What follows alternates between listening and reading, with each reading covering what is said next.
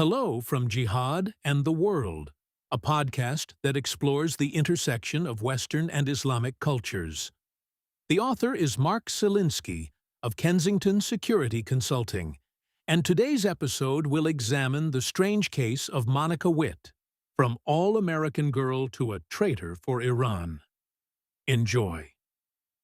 And sometimes they're Iranian intelligence successful, and Monica Witt is a good example of that. Heather Williams, National Intelligence Officer for Iran under the Director of National Intelligence. This is a story with a twist.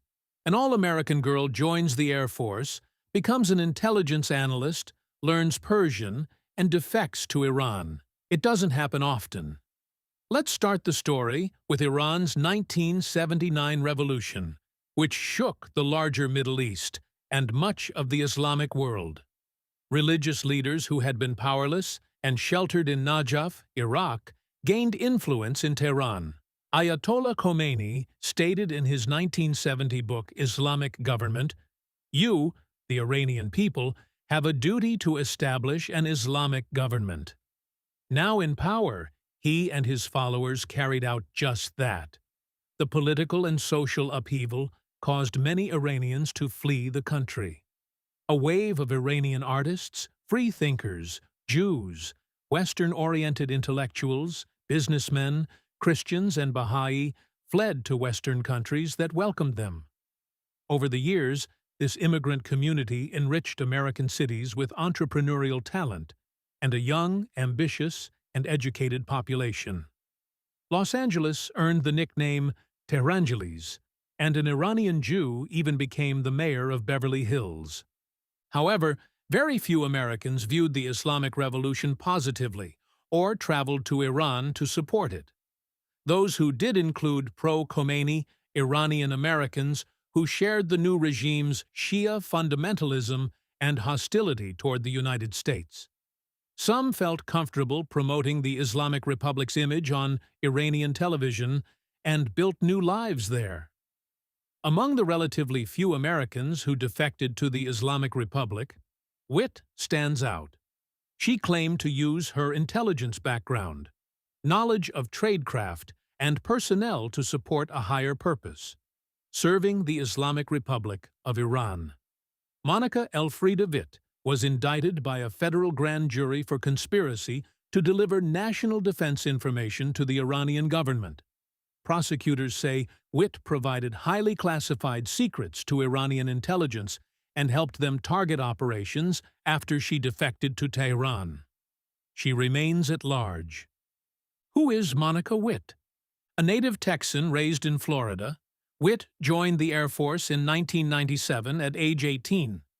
She first deployed to the Middle East in 2002 and again in 2005, including nearly 6 months in Iraq, amid the insurgency.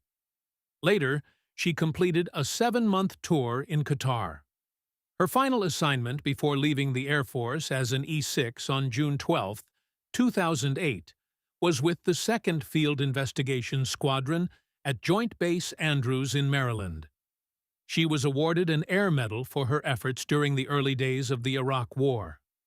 Years later, speaking on Iran's Press TV, Witt criticized a boys' club atmosphere and widespread sexual harassment that she claimed was systemic in the U.S. military. In June 2008, she left the Air Force and earned a degree from the University of Maryland, which offers online programs for service members. With her security clearance and bachelor's degree, she was well-positioned to work for national security contractors, a role she held for several years. From November 2008 to August 2010, she worked as a Middle East desk officer at contractor Chenega Federal Systems in Virginia. She later worked for a nonprofit organization that connected Middle Eastern students with Fulbright scholarships. She enrolled at George Washington University and partially paid her tuition through an Iraq Fulbright scholarship. Early in her graduate studies, she began to express disillusionment with the United States foreign policy. In choppy English, she published an article in the university's International Affairs Review. One passage read, In enacting a policy of severe sanctions against Iran, the U.S. should address the potential effects on other countries and not inadvertently alienate friends by making them choose between Iran and the United States. A classmate recalled that Witt's commentary about the United States, the West, and Christianity grew increasingly shrill. She, like many other university students, was openly critical of the United States, and initially, her anti-American rhetoric was indistinguishable from that of other graduate students. Many Middle East studies departments have been very hostile to the policies of successive administrations, especially those of Presidents Bush, both father and son, and Trump. One critic of Middle Eastern programs in higher education pointed to the $100 million that Muslim-majority states have given to George Washington University in gifts and contracts since 2011.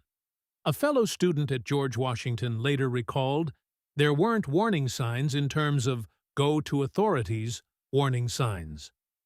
One student remembers that everyone just kind of sat and watched, as Witt expressed strong feelings against American foreign policy in class.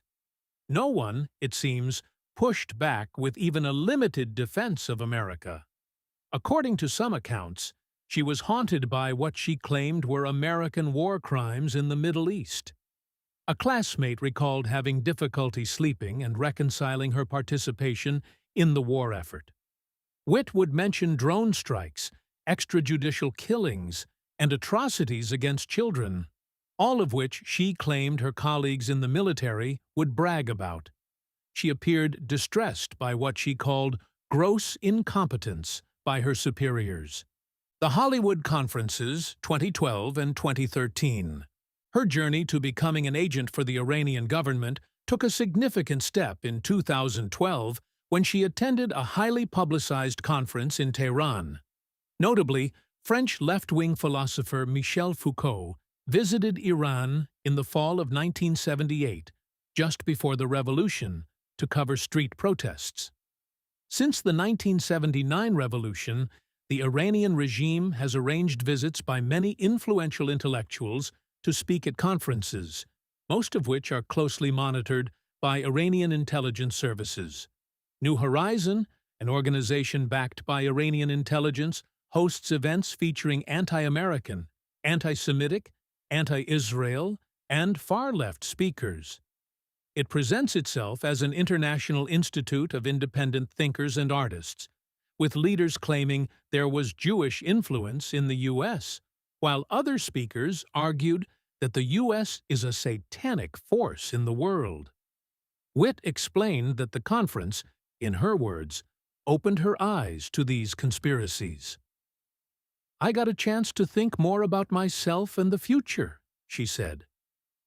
Kevin Barrett, a regular American speaker at Iranian events and outspoken critic of the U.S., stated, "What she said was she had been involved in horrific war crimes with the Air Force, and she just felt really bad about it." Witt later returned to Iran to attend another New Horizon conference, also held in Tehran. A new woman upon return. When Witt returned to the United States after the 2012 conference, she began wearing a hijab and often discussed her conversion to Islam. Some people found her comments on Iran concerning and openly supportive of the regime and its ideology. She delivered a class presentation that alarmed some students because of its sympathetic tone toward the Iranian government. A fellow student recalled that Ms. Witt's paper sounded like a love letter to Iran. The FBI also grew concerned.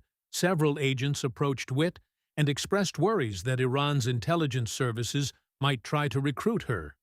She met an Iranian-American spotter and recruiter for Iranian intelligence less than 7 months after the New Horizon conference, according to an indictment charging her with multiple felonies. The indictment referenced a person known as Individual A, who approached her, built a relationship, and arranged for her to re-enter Iran in August 2013. Once there, Witt was provided with housing and computer equipment. Her defection was complete, And Ms. Witt, who had served 10 years as an Air Force intelligence specialist, was now under the operational control of Iranian security services.